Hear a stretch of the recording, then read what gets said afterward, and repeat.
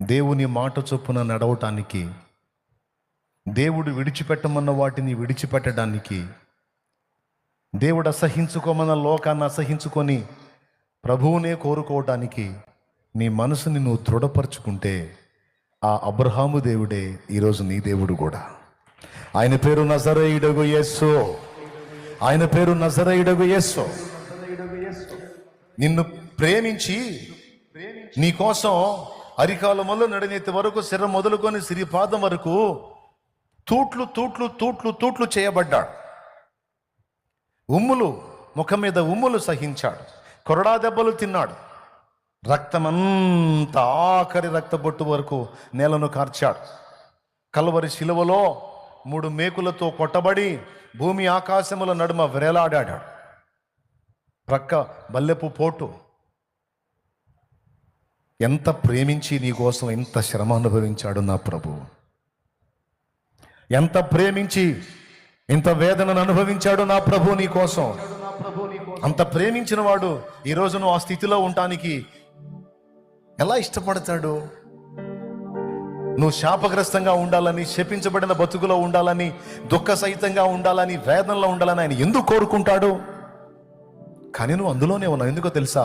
ఇది ఆయన ప్రేమలో లోపం కాదు, ఆయన తప్పు కాదు. నీ అవిధేయత, నీ బుద్ధిహీనత, నీ తప్పుడు నిర్ణయాలు, నువ్వు వేసిన తప్పటడుగులు, వాటి యొక్క ఫలం ఇది.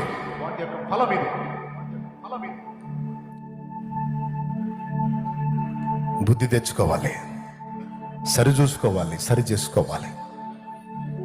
రక్షణ అనుభవంలోకి వచ్చిన వాళ్ళు ఎక్కడెక్కడ మారు మనసు పొందాలో ఒక్కసారి పరిశీలించుకొని అబ్రహాం కోరుకున్నట్టు దేవుణ్ణి హత్తుకోండి.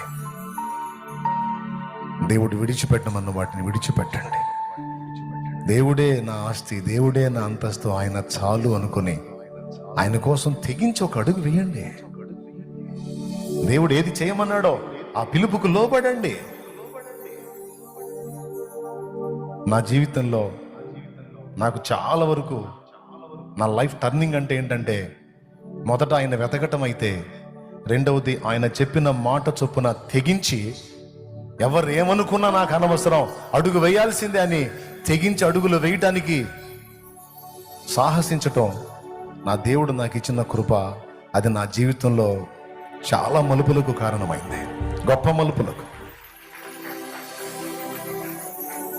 పాపినని అర్థమైంది, మారు మనసు పొందమన్నాడు. బాప్తిస్మ పొంది పాపాలన్నీ కడిగేసుకొని పరిశుద్ధపరచబడో, నేను నిన్ను నా చేతుల్లోకి తీసుకొని, నేను నిన్ను మలుచుకొని అనేకులకు ఆశీర్వాద కారణంగా నిన్ను చేస్తాను అని పిలిచాడు.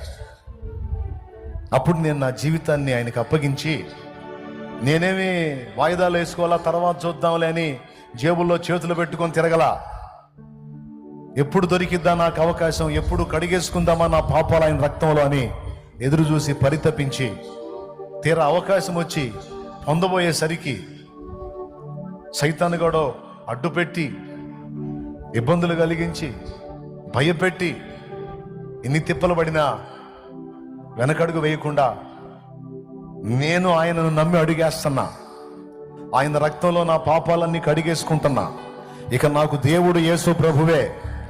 ఇక నేను నా ఊపిరి ఉన్నంత వరకు ఒకరికి చేయి చాపేది లేదో, ఒక దాని దగ్గర వెళ్ళి మొక్కేది లేదో.